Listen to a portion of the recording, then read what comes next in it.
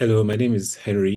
In the next 5 minutes, I'm going to show you how to approach USMLE Step 1 questions on cardiogenic shock. Let's dive right in. A 57-year-old homeless woman with no known medical history and whose last healthcare visit was over 20 years ago is brought to the emergency room. She's admitted to the intensive care unit for management of shock.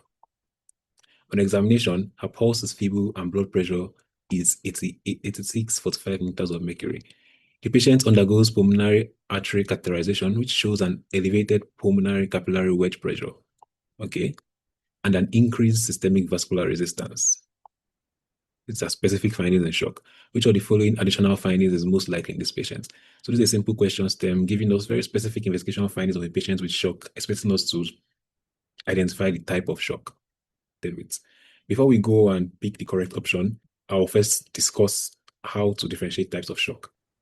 Shock is essentially a circulatory system failure resulting in systemic hypoperfusion, and it presents with hypotension and tachycardia. The types of shock can be divided into central and peripheral, which you can remember using the components of the circulatory system, the heart, and the blood vessels. You can subdivide the central components into the left ventricle and the right ventricle up to the level of the lungs.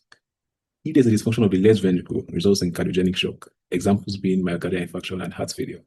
If there's obstruction of blood flow from the right ventricle through the lungs, preventing from getting into the left ventricle, it's called obstructive shock.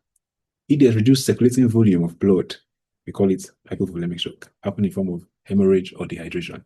However, if there's loss of vascular integrity, it causes distributive shock, of which there are 3 subtypes.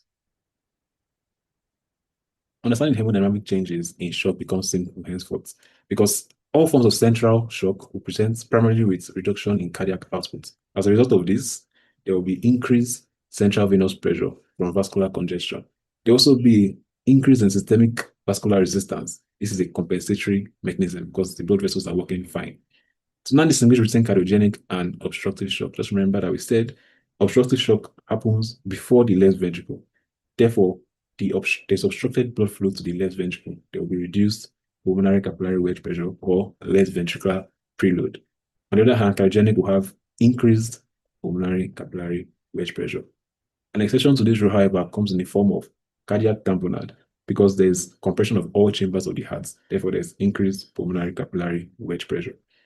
For all forms of peripheral shock, they all present with reduced preload because we said the blood vessels are failing to return adequate blood back to the heart. Now, in distributive shock, the primary problem is generalized vasodilation. Therefore, there's reduced systemic vascular resistance, unlike in hypovolemic shock, where there will be a compensatory increase in systemic vascular resistance. There will also be an attempt to increase cardiac output because the heart is working fine, which will happen in distributive shock. However, because the effective circulating volume in hypovolemic shock is so little, it will be inadequate to maintain cardiac output. An exception to this rule, however, comes in the form of neurogenic shock, because the drive of increased cardiac output is the sympathetic nervous system, which is absent in neurogenic shock. Therefore, there will be reduced cardiac output. This is also the reason why it's the only form of shock that presents with bradycardia. So having summarized the high yield points in differentiating the types of shock, let's tackle these questions. This patient has an increased systemic vascular resistance. This tells us straight up that the dysfunction is not from the blood vessels, but from the heart. It can either be cardiogenic or obstructive. Patient also has elevated pulmonary capillary wedge pressure.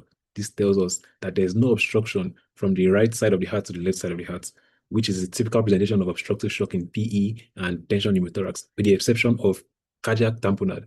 Therefore, this patient can either have a cardiac tamponade or a primary left ventricular failure or dysfunction causing cardiogenic shock. So we're looking for options that suggest cardiac tamponade or cardiogenic shock. Let's now go through the options. So cold skin due to loss of intravascular volume. This would suggest straightforward hypovolemic shock from hemorrhage or dehydration. Bradycardia in setting of shock is highly suggestive of neurologic dysfunction or neurogenic shock. So bronchospasm in a setting of shock. Once you hear that, you should be thinking of anaphylactic shock caused by excessive release of histamines from mast cells. Mottle skin due to release of endotoxins. So this is specifically late phase of septic shock, another form of distributive shock, not what we're looking for. Confusion due to decreased stroke volume. Exactly. We said stroke volume and cardiac and heart rate determine cardiac output. So this is cardiogenic shock, causing brain hypoperfusion presenting with confusion. This is the answer with almost 100% certainty. Any question?